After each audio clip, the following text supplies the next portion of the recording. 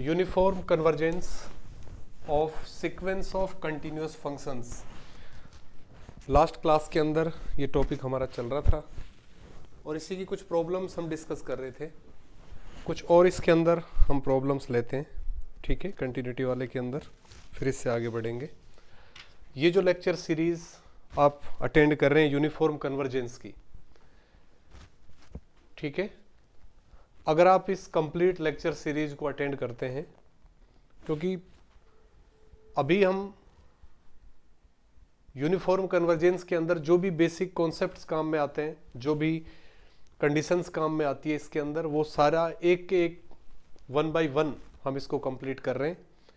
चाहे वो uniform convergence और पॉइंट वाइज कन्वर्जेंस में डिफरेंस हो, चाहे वो Kosi criteria of uniform convergence हो, कोई भी सीक्वेंस ऑफ फंक्शंस आपको दे रखा है, ठीक है, और उसका हर एक मेंबर बाउंडेड है, तब उसका कन्वर्जेंस किस तरह से आप देखते हो।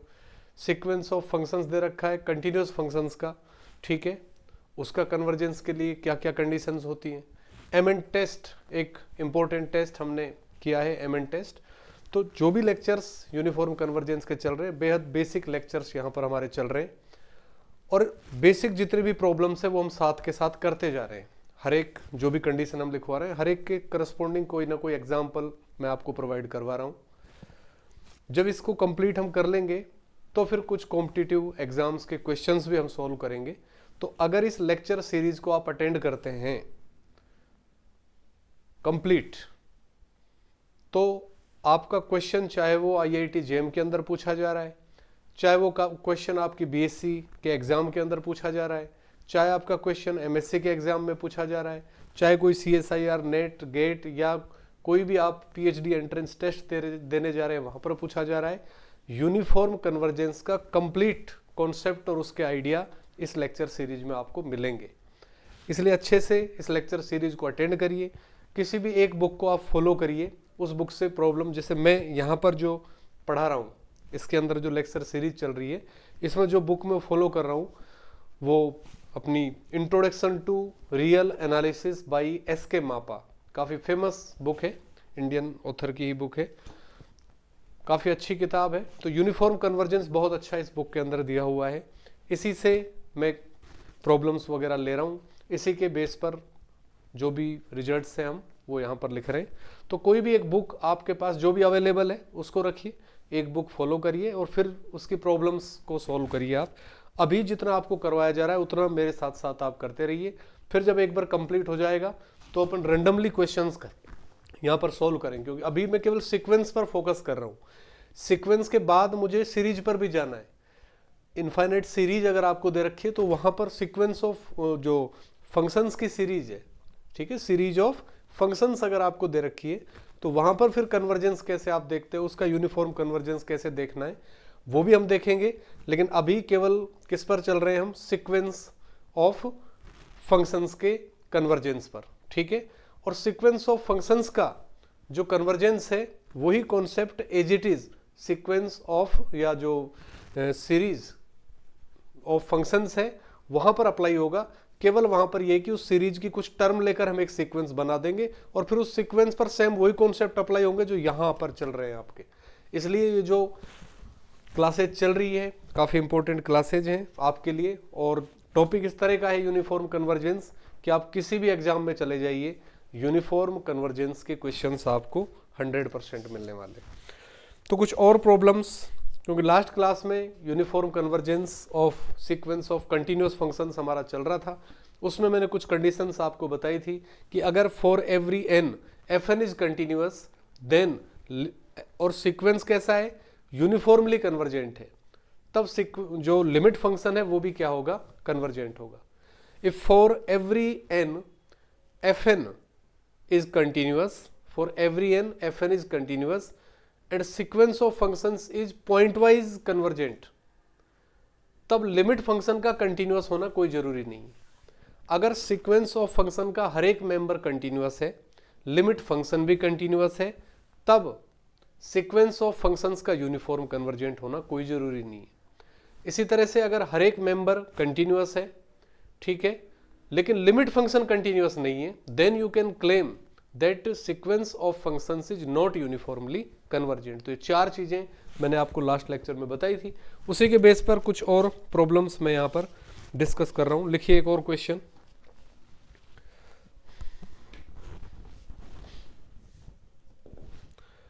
For every n belongs to n, एक सीक्वेंस ऑफ फंक्शंस इस तरह से डिफाइंड है, fnx equal to 1 minus nx, fnx equal to 1 minus nx if 0 is less than or equal to x is less than 1 upon n, is less than 1 upon n, and this equal to 0 when 1 upon n is less than x is less than equal to 1।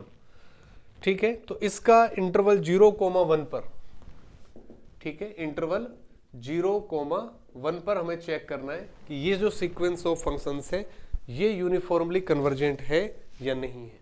ठीक है, इस interval पर हम check करेंगे। तो किस तरह से आप चेक कर सकते हो, देखो fnx आपको दिया हुआ है, आप देख सकते हैं कि fnx इस इंटरवल 0 to 1, x की वैल्यू क्या दे रखी है 0 to 1, इस इंटरवल में x की हर एक वैल्यू के लिए fnx कंटिन्यूअस फंक्शन है। ठीक है, क्योंकि कंटिन्यूटी अगर आपको चेक करनी है तो केवल किस पॉइंट पर चेक करोगे आप, 1 अपॉन n पर। ठीक है, क्योंकि जहां भी ब्रेक यहां पर हो रहा है वहां पर आप कंटिन्यूटी चेक करते हो। तो x equal to 1 upon n पर अगर मैं यहां पर देखूं, x equal to 1 upon n पर वैल्यू क्या आ रही है 0, x equal to 1 upon n पर वैल्यू क्या आ रही है 0 फॉर एवरी n, हर एक n के लिए। इसका मतलब for every n fn is continuous. ठीक है, left limit of 1 upon n equal to right limit of 1 upon n and value of function at 1 upon n यहां पर इक्वल है। ठीक है, तो आप ये कह सकते हैं for every n fn is continuous, fn is continuous on closed interval 0,1। हर एक n के लिए fn क्लोज्ड इंटरवल 0,1 पर कंटिन्यूअस फंक्शन है। अब मैं इसका लिमिट फंक्शन फाइंड कर रहा हूं। नाउ लिमिट फंक्शन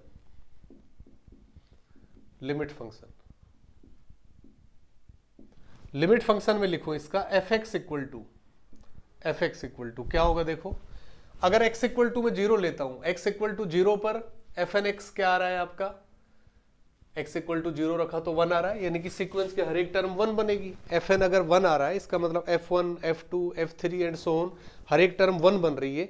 इसका मतलब जो सीक्वेंस हुआ वो किस पर कन्वर्ज करेगा 1 पर। इसका मतलब जो लिमिट फंक्शन आएगा उसकी वैल्यू क्या होगी 1, कब, व्हेन x इक्वल टू 0। अगर x इक्वल टू 0 ले रहा हूं तब तो लिमिट फंक्शन की वैल्यू क्या आ रही है 1। ठीक है, अगर मैं x इक्वल टू 1 लूं, ठीक है, x equal to 1, x equal to 1 पर क्या है, x इक्वल टू 1 पर देख सकते हो हर एक टर्म 0 बनने वाली है, तो जो लिमिट फंक्शन है वो 0 बनेगा। तो ये तो मैंने x इक्वल टू 0 और 1 पर लिमिट फंक्शन की वैल्यू देखी।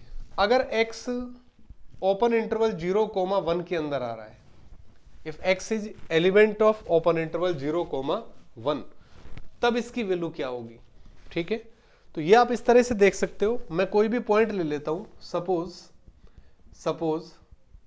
C is any element in open interval 0,1.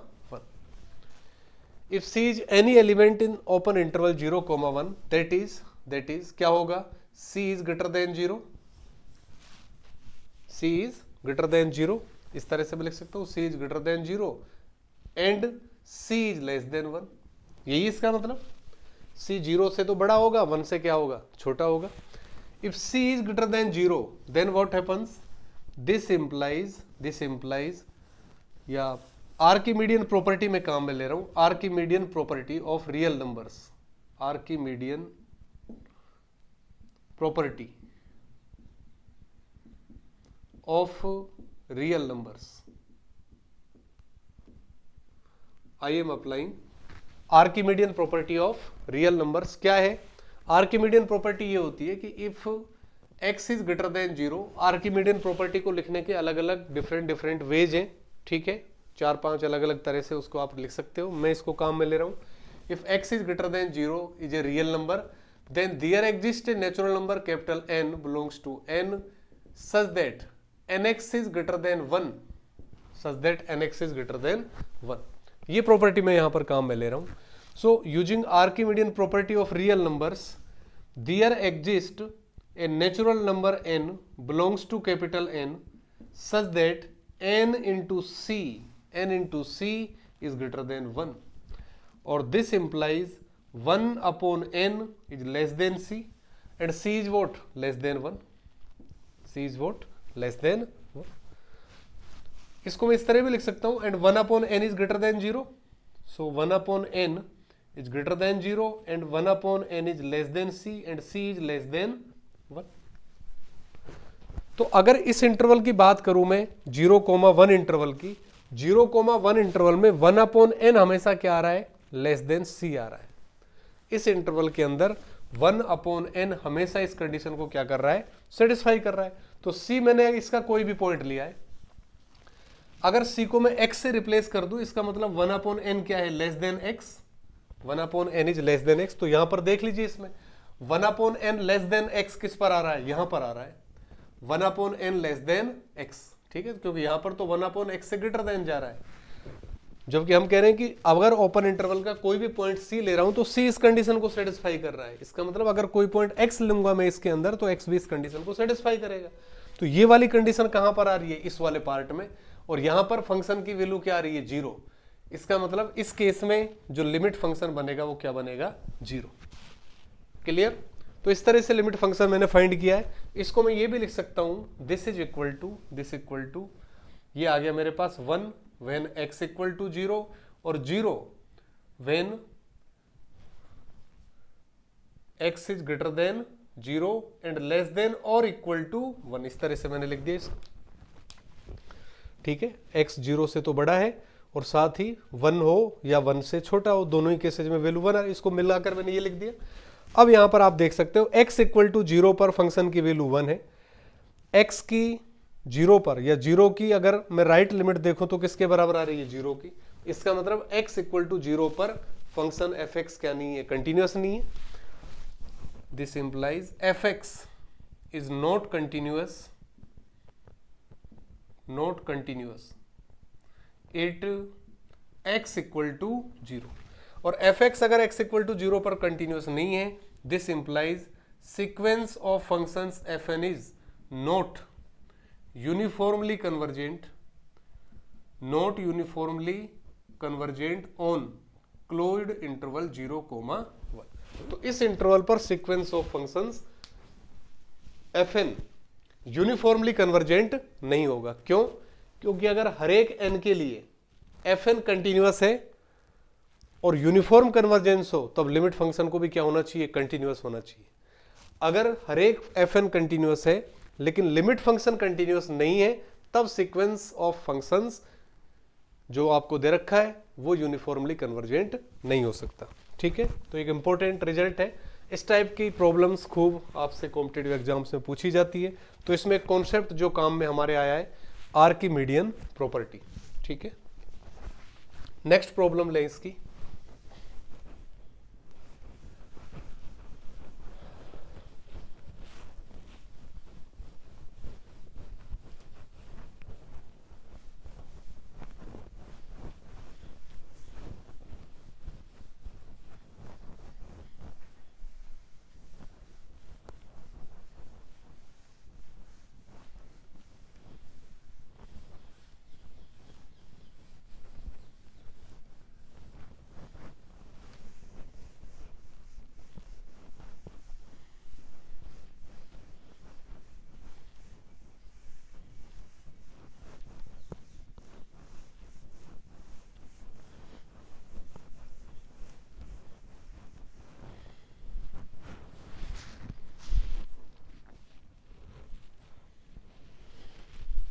Next लिखो एक और प्रॉब्लम इसमें।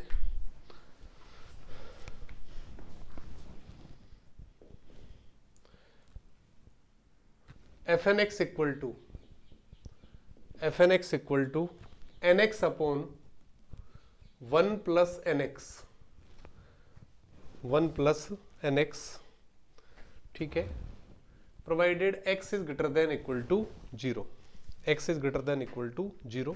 तो दो केसेज में हम इसको देख रहे हैं। नंबर फर्स्ट, एक तो इस इंटरवल में चेक करना है हमें, इंटरवल 0 कोमा इनफाइनाइट, ठीक है, और second interval a comma infinite where a is greater than 0, a is greater than 0। इन दोनों इंटरवल्स में हम इसको चेक करेंगे, ठीक है, कि यूनिफॉर्मली कन्वर्जेंट है या नहीं है। सीक्वेंस ऑफ फंक्शंस आपको दिया हुआ है। आप एक चीज देखें, अगर x greater than equal to 0 है, अगर x इक्वल टू मैं इसमें 0 लेता हूं तो 0 ही आएगा, क्योंकि 0 बन रहा है, और अपॉन 1 करेंगे तो 0। x अगर कोई भी नॉन जीरो टर्म ले रहे हो आप यहां पर, x is non zero term, ठीक है, तो कोई भी fix number real number x लोगे अगर आप, तो फिर से यहां पर क्या बनेगा, आपके पास कोई ना कोई फाइनाइट नंबर आने वाला है। तो हर एक x के लिए ये क्या है, कंटिन्यूअस है, फॉर एवरी n। आप ये तो लिख सकते हैं for every n fn is continuous, fn is continuous on 0 comma infinite. पहला वाला इंटरवल ले ले 0 कोमा इनफाइनाइट, यानी x equal to x greater than और इक्वल टू 0। तो हर एक n के लिए fn जो सीक्वेंस ऑफ फंक्शंस का हर एक मेंबर है, ठीक है, fn सारे के सारे कैसे हैं, कन्वर्जेंट है। f1 लोगे, f2 लोगे, वो कन्वर्जेंट नहीं, कंटिन्यूअस, ठीक है, हर एक क्या है, कंटिन्यूअस है। अब मैं इसका लिमिट फंक्शन चेक कर रहा हूं। लिमिट फंक्शन, लिमिट फंक्शन अगर मैं इसका लिखूं, लिमिट फंक्शन किससे डिनोट करेंगे, fx से। सो fx इक्वल टू क्या होगा, अगर इसमें मैं x इक्वल टू 0 लेता हूं, x इक्वल टू 0 पर तो 0 आ रहा है, 0 8 x इक्वल टू 0। और x अगर कोई भी नॉन जीरो नंबर में लेता हूं, देखो x अगर सपोज कोई भी मैंने नॉन जीरो नंबर ले लिया, सपोज k ले लिया, where k is non zero, तो ये बनेगा n into k upon 1 plus n k. और इसमें लिमिट क्या अप्लाई करनी है हमें, n टेंड्स टू इनफाइनाइट, तो इसको मैं लिख सकता हूँ k upon 1 upon n plus के। n टेंड्स टू इनफाइनाइट लगाएंगे तो ये तो 0, और k अपॉन k क्या हो जाएगा 1, क्योंकि k नॉन जीरो है, इसलिए k अपॉन k क्या होगा 1।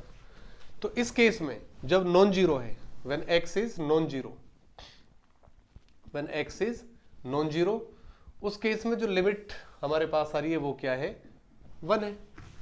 इसका मतलब x इक्वल टू 0 पर तो फंक्शन की वैल्यू 0 है, लेकिन जब लिमिटिंग वैल्यू लोगे आप x टेंड्स टू 0, चाहे वो लेफ्ट लिमिट ले या राइट लिमिट, उस केस में वैल्यू आपके पास क्या आ रही है, 1 आ रही है।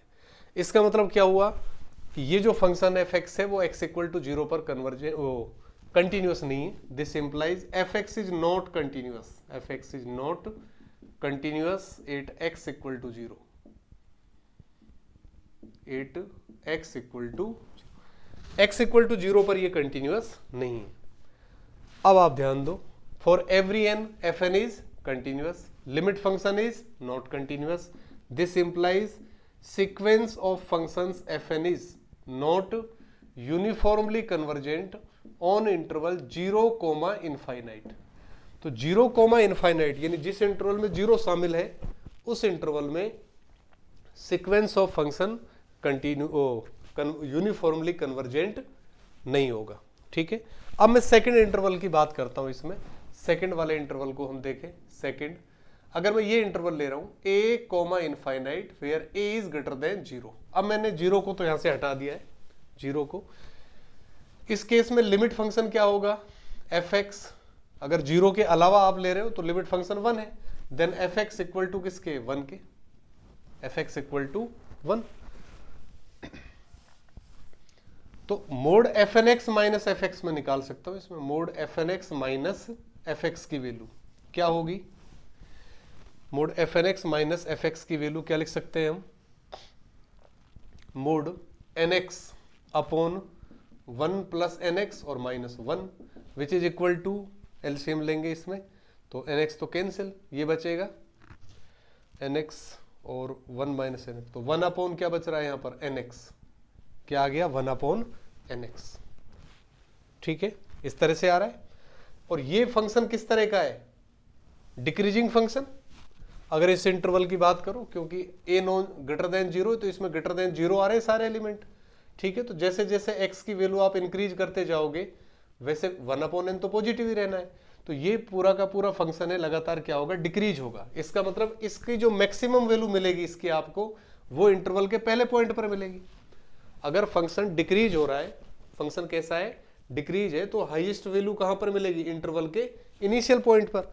इसका मतलब इसका अगर मैं सुप्रीमम फाइंड करूं, supremum of mod f n x minus f x is equal to, supremum value किस पर मिलेगी, x इक्वल टू ए पर, यानी ये आ गया 1/n a, और ये किसकी वैल्यू हो गई, mn की वैल्यू, this is mn। If you apply limit n tends to infinite, limit n tends to infinite mn equal to 0, equal to 0, और if limit n tends to infinite mn is 0, then sequence of functions is uniformly convergent. तो यहां से मैं लिख सकता हूं this implies fn is uniformly convergent on a comma infinite.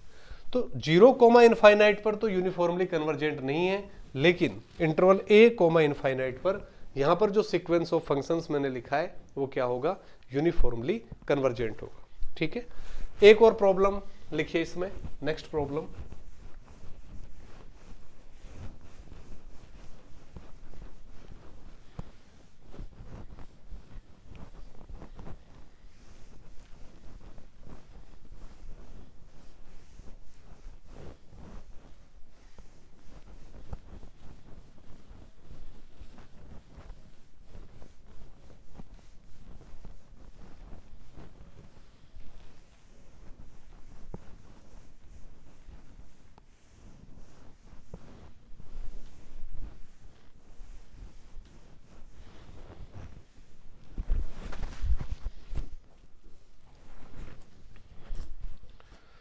Next problem लिखो इसमें, क्वेश्चन इस तरह से लिखो, late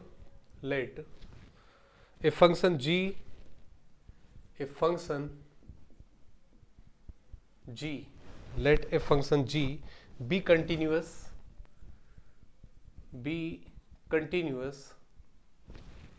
on closed interval 0,1, on closed interval 0,1, and fnx is defined by, gx into x raised to the power n for every x belongs to 0,1. fnx is defined by this. Prove that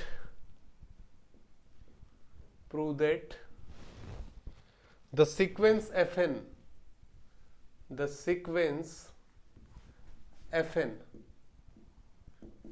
is uniformly convergent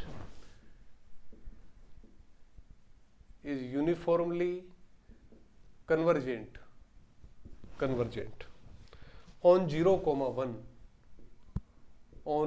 0,1 if and only if g1 equal to 0, if and only if g1 equal to 0। ठीक है, तो एक और important question हमारे सामने है।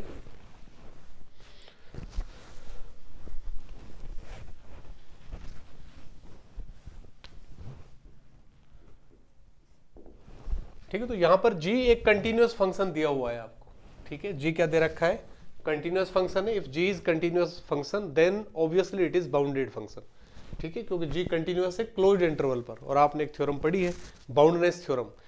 If a function f is continuous on a closed interval a b then it is bounded function. Okay, then obviously g will be bounded function. A sequence of functions fn is defined by this relation fnx equal to gx into x raised to the power n for every x belongs to 0,1. Then we have to check whether the sequence of functions is uniformly convergent or not. And if it's uniformly convergent, then which is the condition in which sequence of functions fnx is uniformly convergent. So before going to check that a given sequence of functions is uniformly convergent or not, first we will find the limit function. First we have to find limit function, and then we can conclude the remaining theorem. So first we are going to find limit function.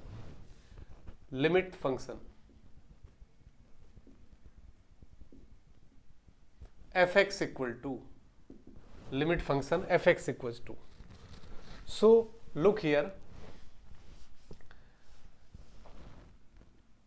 x raised to the power n, we have given the interval closed interval 0, 1,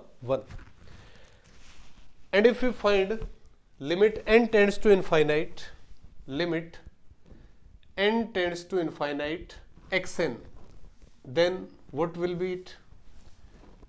It's equal to 1 when x equal to 1, or it's equal to 0 when x belongs to closed interval over 0, open over 1. ठीक है, अगर इस तरह से हम लिख रहे हैं x अगर इक्वल टू किसके है, सॉरी, अगर x इक्वल टू किसके है, 1 के, x इक्वल टू 1 अगर मैं ले रहा हूं, then x raise to the power n की लिमिट 1 ही होगी, क्योंकि x इक्वल टू 1 लिया तो 1 आएगा, 1 1 1 1 चलेगा, तो लिमिट अप्लाई करेंगे, देन स्टिल इट्स 1. और x अगर लेस देन 1 है और greater than 0, x equal to 0 है, then still this limit is 0, and if x is less than 1, then limit n tends to infinite xn is also 1. Okay, तो ये मेरे पास है limit of xn. तो अगर मैं यहां पर लिमिट फंक्शन फाइंड करूं fx इक्वल टू एक तो मैं किस पर लिख रहा हूं इसको, x इक्वल टू 1 पर, ठीक है, x इक्वल टू 1 पर. जब x इक्वल टू 1 पर मैं इसको लिखूंगा तो मेरे पास क्या आ रहा है देखो, और एक मैं ले रहा हूं इंटरवल x बिलोंग्स टू 0, 1, 0 पर क्लोज्ड इंटरवल है और 1 पर ओपन इंटरवल. जब मैं ये इंटरवल ले रहा हूं तो xn की लिमिट हमेशा क्या आने वाली है, 0, gx चाहे कुछ भी हो, ठीक है. तो जैसे 0 मल्टीप्लाई होगा तो वापस क्या बनने वाला है यहां पर 0. और जब x इक्वल टू मैं किसके ले रहा हूं, 1 के, x इक्वल टू 1 पर xn की लिमिट तो क्या आ रही है, 1, और gx क्या बन जाएगा, g1, क्या बनेगा, g1. ये लिमिट फंक्शन है, ठीक है, ये क्या है, लिमिट फंक्शन. अब आप देखो इसके अंदर सबसे पहली चीज हमें क्या देखनी है, sequence of functions is uniformly convergent, then f1, then g1 equal to 0. तो फर्स्ट पार्ट कर रहा हूं मैं थ्योरम का, फर्स्ट पार्ट या जो भी अपना एग्जांपल है. फर्स्ट पार्ट में क्या मानना है मुझे, फर्स्ट पार्ट में हम मान लेंगे कि fn क्या है, यूनिफॉर्मली कन्वर्जेंट है, fn is uniformly convergent, then we have to prove that g1 equal to 0. In first part suppose fn is uniformly convergent on closed interval 0, 1.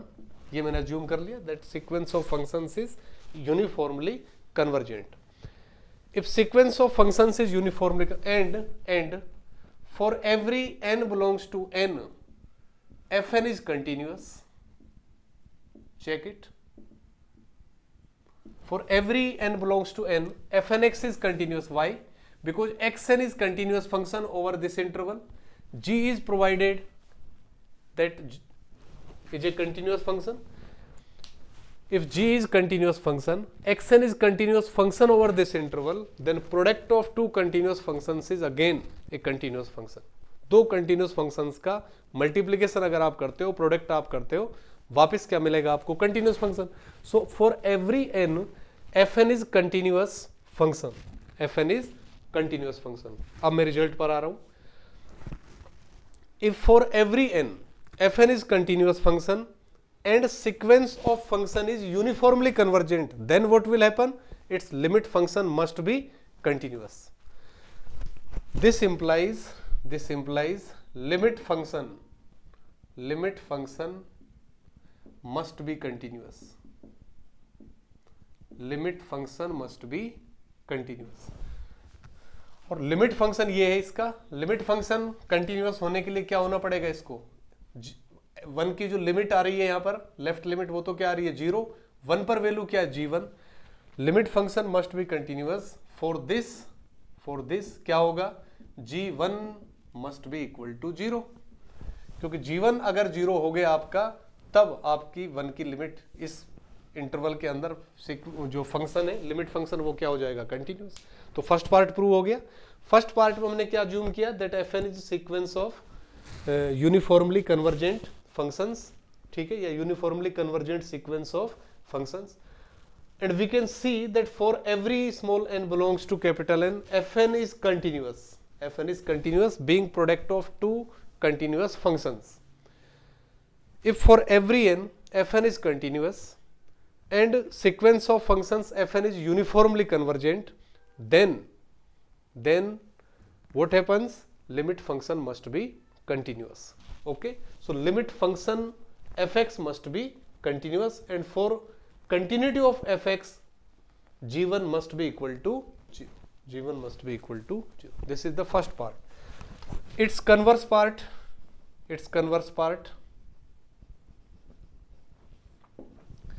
conversely suppose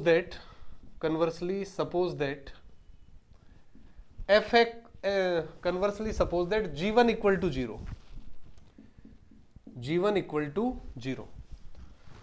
This g1 equal to 0, this implies limit function fx will be equal to, अगर converse part में मैं g1 equal to क्या ले रहा हूँ 0, तो g1 की जगह मैंने 0 रख दिया यहाँ पर. इसका मतलब अब क्या आ रहा है मेरे पास 0 for every x belongs to closed interval 0,1 fx is equal to 0. तो limit function will be 0 when g1 is 0. Okay, fnx आपको ये दे रखा है gx into x raise to the power n. मुझे इसको क्या प्रूव करना है? यूनिफॉर्मली कन्वर्जेंट प्रूव करना है. ठीक है, तो लिमिट फंक्शन तो आपका 0 आ गया. अब मैं ये यूनिफॉर्मली कन्वर्जेंट के लिए क्या फाइंड करूंगा? मैं fnx minus fx which is equal to mod fnx is equal to what? gx और into x raise to the power n minus fx equal to 0. I get this gx into x raise to the power n. ये आ रहा है मेरे पास.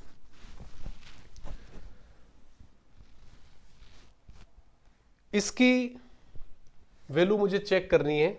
g1 इसमें क्या दिया हुआ है? हमें 0 दे रखा है. g1 is 0. तो g1 अगर 0 है, इसका मतलब क्या हुआ? Since g1 is provided 0, g1 is provided 0, this implies gx into x raised to the power n cannot have its maximum value at x equal to 1. तो क्या x इक्वल टू 1 पर इस फंक्शन की मैक्सिमम वैल्यू मिल सकती है? नहीं मिलेगी. क्यों? क्योंकि x इक्वल टू 1 जब इसमें रखोगे तो g1 आपको मिलेगा, और g1 क्या दिया हुआ है हमें? 0. तो इस केस में तो वैल्यू फंक्शन की 0 बनेगी. और अगर आप कोई नॉन जीरो पॉइंट इसमें ले रहे हैं तो फिर कोई जरूरी नहीं कि 0 से बड़ी वैल्यू भी आ सकती है. इसका मतलब x इक्वल टू 1 पर फंक्शन की मैक्सिमम वैल्यू नहीं मिलेगी. Again also at x equal to 0 we not get maximum value of this function. अगर मैं x equal to 0 ले लूं तो यहां तो g0 आएगा, तो g0 कोई फाइनाइट वैल्यू मिलेगी निश्चित रूप से, क्योंकि इंटरवल 0,1 पर gx क्या दिया हुआ है? कंटिन्यूअस दिया हुआ है, इसलिए निश्चित रूप से g0 फाइनाइट नंबर होगा. लेकिन जब x की जगह में 0 लिखूंगा तो ओवरऑल 0 बनेगा. इसका मतलब यह हुआ कि इस इंटरवल की अगर हम बात करें तो इस इंटरवल के जो एंड पॉइंट्स हैं 0 और 1, ना तो 0 पर मैक्सिमम वैल्यू मिलेगी ना ही 1 पर मैक्सिमम वैल्यू मिलेगी. इसका मतलब जिस पॉइंट पर मैक्सिमम वैल्यू मिलेगी वो कहां पर होगा? ओपन इंटरवल 0,1 के अंदर. तो ये मैंने मान लिया let C is any element of open interval 0,1, open interval 0,1 where we get maximum value. Suppose इस फंक्शन की मैक्सिमम वैल्यू क्योंकि ना तो 0 पर है ना ही 1 पर है, इसका मतलब इस इंटरवल में होगी कहीं ना कहीं. तो इस इंटरवल का मैंने पॉइंट मान लिया C. सपोज C पॉइंट पर इस फंक्शन की वैल्यू क्या है? मैक्सिमम है. Then this will be equal to GC. तो मैक्सिमम जो आएगा इसका मेरे पास ये आ गया मैक्सिमम, और supremum here supremum mod fnx minus fx x belongs to 0,1 domain will be equal to what GC और into C raise to the power n, और इसको फिर मैं क्या मान लूंगा, capital Mn, provided C belongs to open interval 0,1. Okay, so this is Mn, this is my Mn. If I find limit n tends to infinite Mn, then obviously it is equal to 0. Why? क्योंकि जब भी आप x की value, x अगर 0 तो ये 0 आएगा ही, अगर x की वैल्यू ओपन इंटरवल 0,1 में लेंगे तब भी limit n tends to infinite xn क्या होगी, 0 होगी। तो यहां पर c की जो वैल्यू है वो किसके अंदर लाई कर रही है, ओपन इंटरवल 0,1 के अंदर, इसलिए limit n tends to, gc तो फिक्स हो गया, g फंक्शन g में पॉइंट c आपने रख दिया तो वो तो कोई भी कांस्टेंट वैल्यू आपको मिल गई, और लिमिट किस पर अप्लाई होगी, cn पर, और c is in open interval 0,1, so this limit will be 0. So mn tends to 0 when n tends to infinite. इसका मतलब क्या हुआ, अगर mn आपका 0 बन रहा है तो सीक्वेंस ऑफ फंक्शंस क्या हो गया, यूनिफॉर्मली कन्वर्जेंट। तो आप लिख सकते हैं hence fn is uniformly convergent in 0,1. Okay, तो यहां पर एक इंपॉर्टेंट क्वेश्चन हमने किया है, g आपको कंटिन्यूअस फंक्शन दिया हुआ है क्लोज्ड इंटरवल 0,1 पर, fnx को g की सहायता से डिफाइन किया गया है, तब हमने प्रूव किया है कि सीक्वेंस ऑफ फंक्शंस जो fn है वो यूनिफॉर्मली कन्वर्जेंट होगा if and only if g1 equal to 0। ठीक है, तो यहां पर सीक्वेंस ऑफ फंक्शंस या sequence of continuous functions topic हमारा कंप्लीट हो रहा है। इससे आगे फिर हम नेक्स्ट लेक्चर में कंटिन्यू करेंगे।